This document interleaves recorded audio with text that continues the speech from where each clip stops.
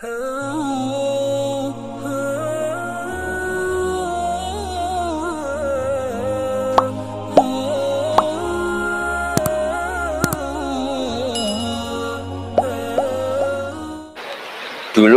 zaman Imam Ghazali ada orang pamit mau jadi ahli fikih. Sama Imam Ghazali nggak boleh, udah kamu jadi dokter saja. Terus ditanya, kenapa engkau sebagai ulama kok malah fatwa saya jadi dokter? Kata beliau, banyak negara Islam yang karena nggak ada yang belajar dokter harus berobat ke dokter yang non Muslim. Begitu juga di dunia ekonomi, di dunia politik dan seterusnya dan seterusnya. Jadi itu yang dikenal dengan usul fikih. Dulu Imam Syafi'i itu bencinya sama orang kaya itu Masya Allah, karena beliau lahir miskin dari komunitas miskin, dan beliau referensinya miskin itu lebih menyelamatkan karena lebih ringan hisabnya. Itu malaikat bagian hisab. Kalau hisab orang miskin kan pusing, nggak ada yang bisa dihisab kan.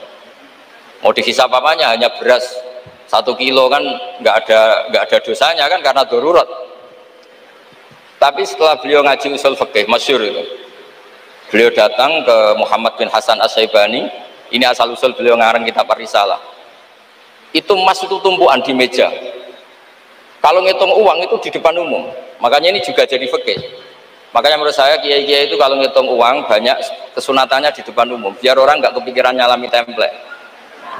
Karena uang kiainya sudah banyak.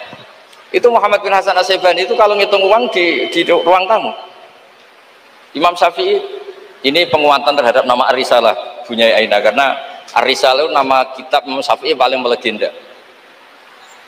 Kenapa engkau ngumpulkan uang sebanyak ini? Engkau orang alim. Biasanya orang alim itu nggak suka uang, nggak suka harta. Terus Muhammad bin Hasan As-Syaibani ini guru kedua, termasuk guru kesekian lah dari Imam Syafi'i. Oh berarti saya orang alim, orang soleh nggak punya uang. Iya, orang alim biasanya nggak punya.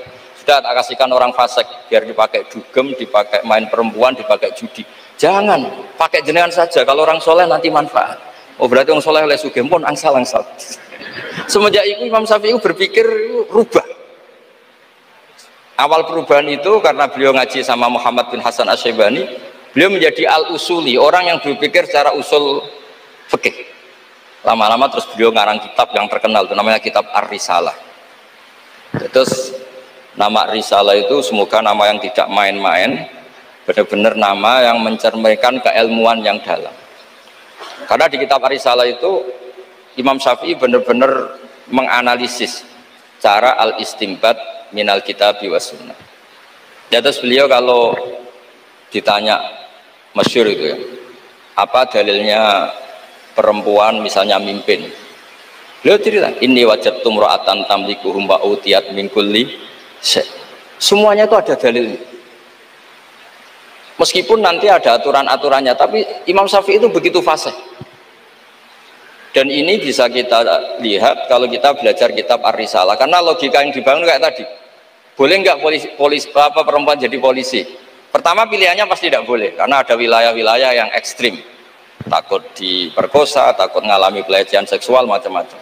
Tapi ketika pertanyaannya dibalik, ketika kejahatan ada yang bentuknya nyuwun sewu pemerkosaan dan harus dites, terbukti tidak diperkosa apa enggak, apa-apa. Terus kalau polisinya lelaki semua itu gimana? Begitu juga dokter kandungan. Dulu tuh geger, dokter kandungan tuh boleh nggak dari lelaki? Geger.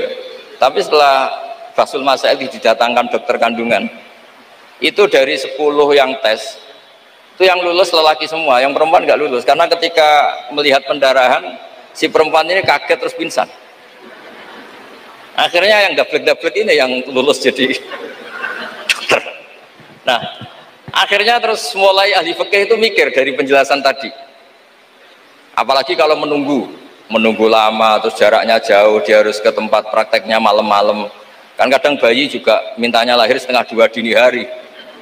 Nah, itu kan juga repot itu kalau singkat cerita akhirnya mau tidak mau ahli fikih ini mendengar dengan kondisi-kondisi seperti itu. Lagi-lagi jawabannya di kitab Ar-Risalah. Jadi kitab Ar-Risalah itu kitab di mana Imam Syafi'i itu berargumen. Sama seperti tadi, kiai besar diundang di musola kecil itu kalau nggak datang, dulu dianggap sombong. Mentang-mentang sudah besar diundang musola kecil nggak mau. Tapi setelah ada fikih itu, pikirannya dibalik. Wong jatah kiai cilik kok dijupuk yo gitu.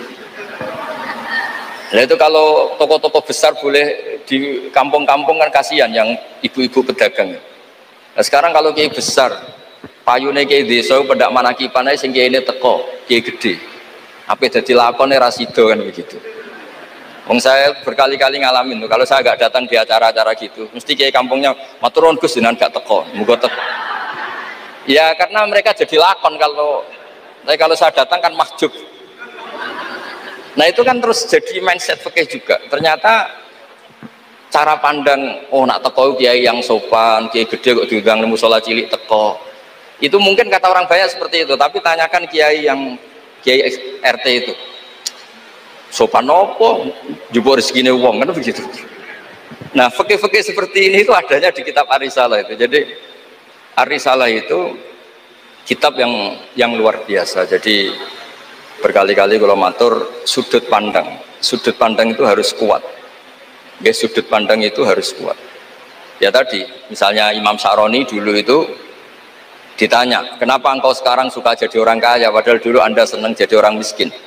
Beliau cerita ada ulama ditanya seperti itu terus ngendikan li'afuza biladzatil khitab, supaya saya kalau ada khitabnya Allah itu tidak ngenes.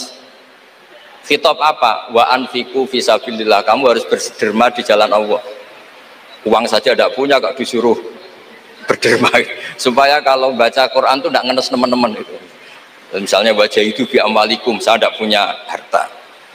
Ya semuanya walhasil saya minta lah, baru karena kitab Ar-Risalah itu yang miskin dia seneng karena nanti tidak ada hisab, yang kaya juga seneng karena lebih manfaat pada orang banyak, yang nggak jabat ya seneng karena meringankan hisab, yang jabat seneng karena pahalanya banyak karena ngurus orang nopo banyak.